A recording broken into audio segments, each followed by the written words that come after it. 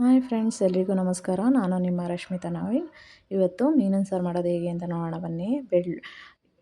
ಮಾಡಲು ಬೇಕಾಗಿರೋ ಪದಾರ್ಥಗಳು: ಶುಂಠಿ ಬೆಳ್ಳುಳ್ಳಿ ಪೇಸ್ಟು, ಕೊತ್ತಂಬರಿ, ಧನಿಯಾ powder, chilli powder, garam masala, ಹುರ್ಗಡ್ಲೆ, ತೆಂಗಿನಕಾಯಿ, ಟೊಮೆಟೊ, ಈರುಳ್ಳಿ ಮತ್ತು ನೆನೆಸಿಟ್ಕೊಂಡಿರೋ ಅಂಥ ಹುಣಸೆಹಣ್ಣು ಮತ್ತು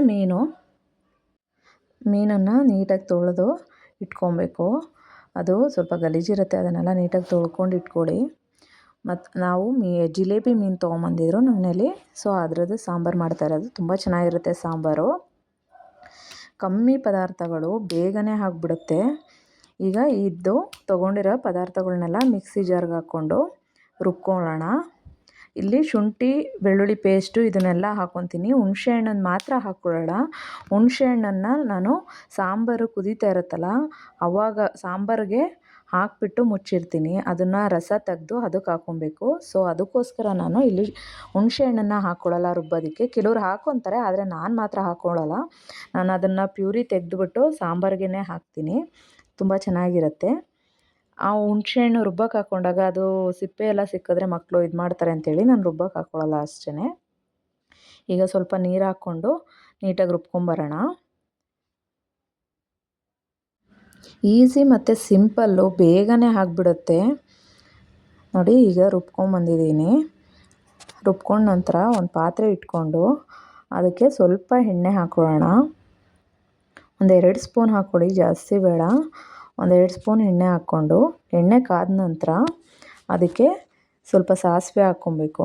ಸಾಸಿವೆ ಸಿಡಿದಾದ್ಮೇಲೆ ಈರುಳ್ಳಿ ಹಾಕ್ಕೊಂಡು ಸ್ವಲ್ಪ ನೀಟಾಗಿ ಫ್ರೈ ಮಾಡ್ಕೊಬೇಕು. ಅಂದರೆ ಅದು ಬಣ್ಣ ಚೇಂಜ್ ಆಗಬೇಕು, ಅಲ್ಲಿವರೆಗೂ ಫ್ರೈ ಮಾಡ್ಕೊಬೇಕು. ನಂತರ ಇದಕ್ಕೆ ಕರಿಬೇವು ಸೊಪ್ಪು ಹಾಕ್ಕೊಬೇಕು. ತುಂಬ ಚೆನ್ನಾಗಿರುತ್ತೆ ಕರಿಬೇವು ಹಾಕ್ಕೊಂಡ್ರೆ ಟೇಸ್ಟು. ಇದಾದಮೇಲೆ ನೆಕ್ಸ್ಟು ರುಬ್ಕೊಂಡು ಇಟ್ಕೊಂಡಿರ್ತೀವಲ್ಲ ಮಸಾಲೆ, ಅದನ್ನು ಹಾಕ್ಕೊಂಡು ಸ್ವಲ್ಪ ತಿರುಗಿಸ್ಬಿಟ್ಟು ಅದಕ್ಕೆ ಒಂದು 2 ನಿಮಿಷ ಲಿಡ್ಡನ್ನು ಕ್ಲೋಸ್ ಮಾಡಿ ಮುಚ್ಚಿಡಬೇಕು. ಯಾಕೆಂದರೆ ಹಸಿ ಸ್ಮೆಲ್ ಹೋಗಬೇಕಲ್ಲ, ಅದಕ್ಕೋಸ್ಕರ. ನಂತರ ನಿಮಗೆ ಎಷ್ಟು ಬೇಕೋ ಅಷ್ಟು ನೀರನ್ನು ಆ್ಯಡ್ ಮಾಡ್ಕೊಬೇಕು. ರುಚಿಗೆ ತಕ್ಕಷ್ಟು ಉಪ್ಪು ಹಾಕ್ಕೊಂಡು ಈಗ ಇದನ್ನು ಲಿಡ್ಡನ್ನು ಕ್ಲೋಸ್ ಮಾಡಿ ಒಂದು 5 ನಿಮಿಷ ಅದು ಕುದಿ ಹತ್ತೋವರೆಗೂ ಬೇಯಿಸ್ಕೊಳ್ಳೋಣ.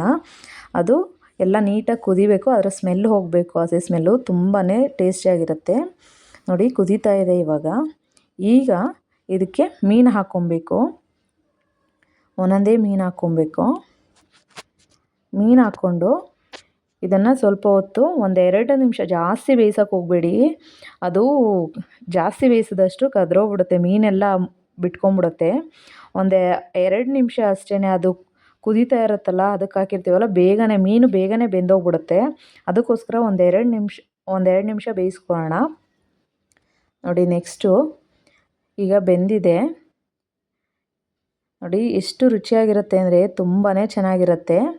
ನಿಮಗೂ ಈ ರೀತಿ ಇಷ್ಟ ಆದರೆ ಲೈಕ್ ಮಾಡಿ, ಶೇರ್ ಮಾಡಿ, ಸಬ್ಸ್ಕ್ರೈಬ್ ಮಾಡಿ ಫ್ರೆಂಡ್ಸ್. ನೀವು ಟ್ರೈ ಮಾಡಿ ಕಮೆಂಟಲ್ಲಿ ತಿಳಿಸಿ. Thank you.